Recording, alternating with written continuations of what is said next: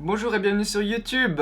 Aujourd'hui on va parler d'un petit accessoire photo, je vais faire un unboxing, je suis même pas certain de ce qui est dans le paquet. Ça se trouve c'est pas ce que je crois que c'est et cette vidéo va servir à rien, elle ne va jamais sortir. Il s'agit d'un produit qui va révolutionner ma vie, j'en ai beaucoup entendu parler il y a quelques années de cela et c'était trop cher je trouvais et la technologie a été revue et anyway j'en ai trouvé une version sur AliExpress pour vraiment pas cher. Le saviez-vous? Oh,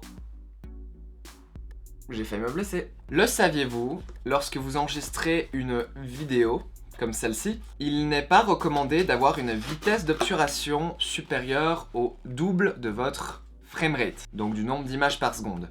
Moi, je filme en 25 images secondes, c'est ce que vous voyez maintenant. Et bien, lorsque vous filmez en 25 images secondes, il n'est pas recommandé d'avoir une vitesse d'obturation sur votre caméra supérieure à 1/50 de seconde. Que se passe-t-il si votre vitesse est supérieure à 1/50 de seconde? Eh bien, tout simplement, l'image peut manquer de fluidité.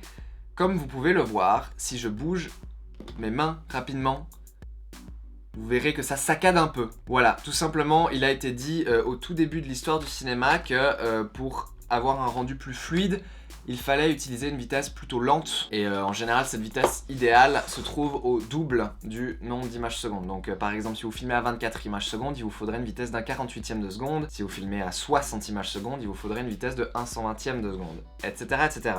Bien entendu, il vous est possible de ne pas respecter cette règle, tout simplement, pour des buts créatifs en fait. Peut-être que j'ai envie de faire un truc angoissant où l'image saccade quand tout bouge. Dans ce cas, je fais bien de choisir volontairement une vitesse plus rapide. Ce paquet est beaucoup trop bien scotché.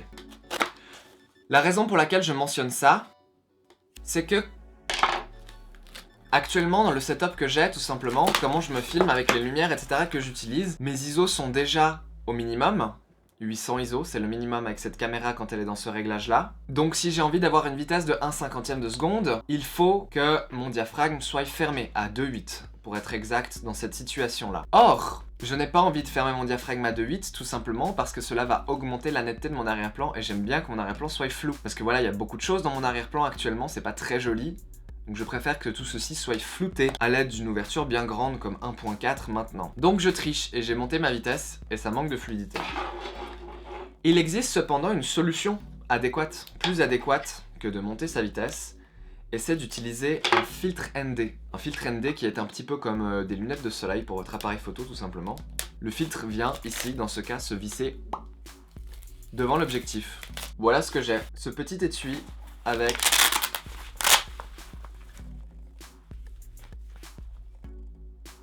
trois petits filtres ND avec des densités différentes. Et donc ce qu'il faut que je fasse, c'est que je vienne visser un de ces filtres ND directement sur l'objectif. Le problème que j'ai, visser le filtre sur l'objectif, c'est insupportable. Ça prend du temps.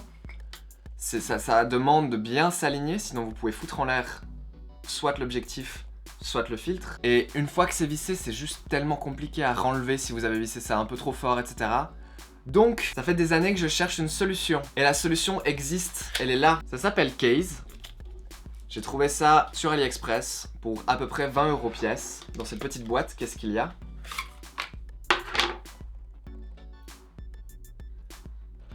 Il y a deux anneaux magnétiques. L'idée, c'est que vous veniez visser le premier sur votre objectif. Voilà. Et que vous vissiez le deuxième sur votre filtre. Êtes-vous prête? Du coup, je peux maintenant remettre une vitesse adéquate. Et voilà. La fluidité est optimale. L'image est probablement belle, je sais pas, on verra en post.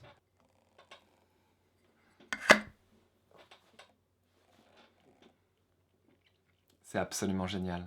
C'est trop bien, je suis trop content. Ça marche parfaitement.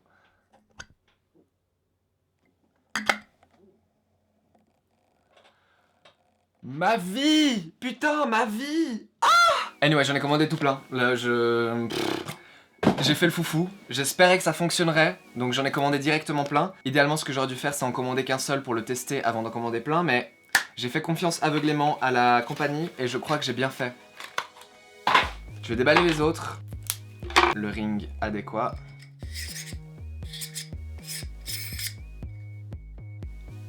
Voilà. Vous prenez votre objectif. Je sais pas si vous avez entendu parler de cet objectif absolument incroyable.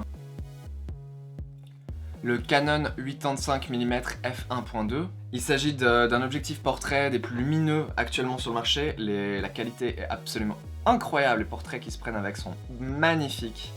Le défaut de cet objectif, c'est qu'il est tellement lumineux justement que vous pouvez pas l'ouvrir à 1.2 en plein soleil. Votre appareil, les photos vont être surexposées tout simplement. Et donc il vous faut un petit filtre ND pour prendre en photo à 1.2 en plein soleil. Et à quel point c'est pratique. J'adore.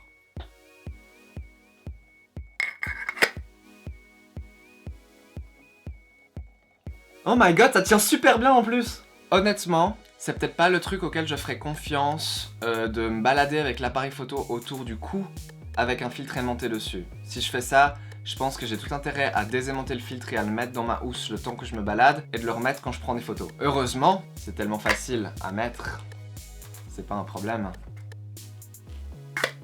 C'est le meilleur truc que j'ai acheté de ma vie. C'est mon meilleur investissement. Donc j'en ai simplement acheté un par filtre que j'avais sur le site, sur AliExpress. Il faut bien entendu que vous fassiez attention au diamètre. Moi j'ai pris tous en version 82 mm. 82 mm justement c'est le diamètre de cet objectif Canon qui est là. Par exemple celui qui me filme ici c'est 77 mm. Et vu que c'est 77 mm, j'ai simplement mis un step up 77 à 82. Mais ouais, tous mes filtres sont en 82 mm. Bah, je vous ai montré mes 3 filtres de toute façon, vous les avez vus. Et puis bah, mes 3 objectifs, donc voilà. Sur le site, vous pouvez commander ceux qui vont sur le filtre et ceux qui vont sur l'appareil séparément, ce qui fait que vous n'êtes pas obligé de les prendre en paire à chaque fois. Si vous avez plus de filtres que d'objectifs, ou inversement, plus d'objectifs que de filtres. Vous pouvez prendre uniquement ce dont vous avez besoin, c'est vraiment bien. Et comme je vous ai dit, c'est 20 € pour la paire, donc ça m'a coûté 80 € le tout, vu que j'en ai pris 4. 26 francs suisses de frais de douane une fois arrivé ici, ça c'est typique, la douane suisse elle fait toujours ça. Je sais pas comment ça fonctionne en France, je serais curieux d'ailleurs si vous pouvez me dire comment ça fonctionne dans les commentaires, je suis vraiment curieux de savoir comment ça marche chez vous. Est-ce que vous aussi vous devez payer à chaque fois que vous importez des trucs ou pas? Je pense hein, les frais de douane ça paraît logique, mais c'est peut-être moins cher par contre qu'en Suisse. Alors il y a un truc qu'il faut faire attention quand vous achetez des filtres ND, etc. si vous avez des objectifs grand angle, comme ce 15-35 mm ici par exemple. Souvent les objectifs grand angle ils ouvrent justement tellement grand que si le filtre est trop épais, il peut apparaître dans le viseur tout simplement. Et donc c'est pour ça que les personnes qui utilisent beaucoup des objectifs grand angle, elles achètent des filtres qui sont spécialement plus fins, qui coûtent un peu plus cher du coup. Là il faut savoir que même si vous avez investi dans des filtres beaucoup plus fins, dans le but que ça se voie pas dans vos grands angles, il faut prendre en compte le fait que vous rajoutez une épaisseur supplémentaire avec ce truc magnétique. Donc peut-être que ça ne fonctionnera pas sur vos plus grands angles. Je vais tester maintenant pour voir si ça marche là-dessus, je vous propose. Ok, j'ai le 15-35 monté là maintenant tout de suite.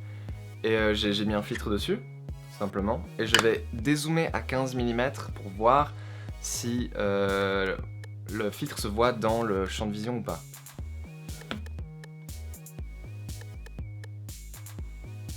J'ai bonne mine déformée comme ça. Faut que je teste en prenant des photos en fait, parce que ce qu'il faut savoir c'est que les vidéos n'utilisent pas tout le capteur, elles utilisent seulement le 16/9 du capteur qui est au format 3.2. Donc je vais faire quelques petites photos et on va voir si ce filtre est visible oui ou non dans le champ. Ok, je peux vous confirmer qu'à 15 mm sur le 15-35 de chez Canon, le filtre se voit à 15 mm.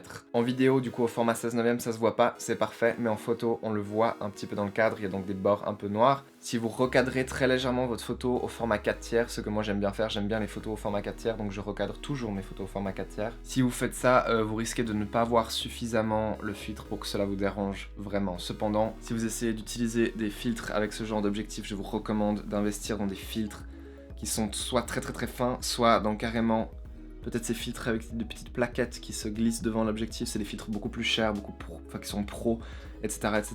C'est un peu moins pratique pour la vidéo, mais c'est plus pratique pour la photo, et à mon avis, vous n'aurez pas de vignettage visible comme avec cette solution-là. En tout cas, ce que je peux vous dire, c'est que rajouter ce ring aimanté peut rendre du coup les filtres plus visibles dans la photo, donc plus de vignettage peut arriver, spécialement avec les ultra grands angles comme ça. Si vous possédez un ultra grand angle et que vous savez qu'il a déjà tendance à montrer du vignettage quand vous mettez un filtre de base dessus, mettez pas ce genre de truc par-dessus. Ça va niquer le truc, c'est nul, donc faites pas ça. Ou alors, préparez-vous à zoomer légèrement ou recadrer en post. Anyway. Alors ça c'est mon gros filtre ND. Oh, ND 1000, c'est le plus épais que j'ai. On ne voit quasi pas à travers. Bref, j'espère que cette vidéo vous a plu, c'était une vidéo courte et c'est un produit qui me parle énormément, je trouve ça vraiment fabuleux. Comme je vous ai dit, j'avais vu quelqu'un présenter ce genre de gadget il y a assez longtemps, mais ça coûtait super cher de mon rappel.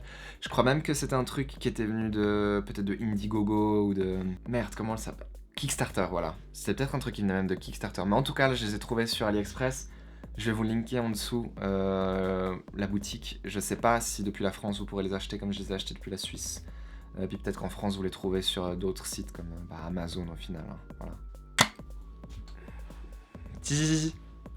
Moi, je suis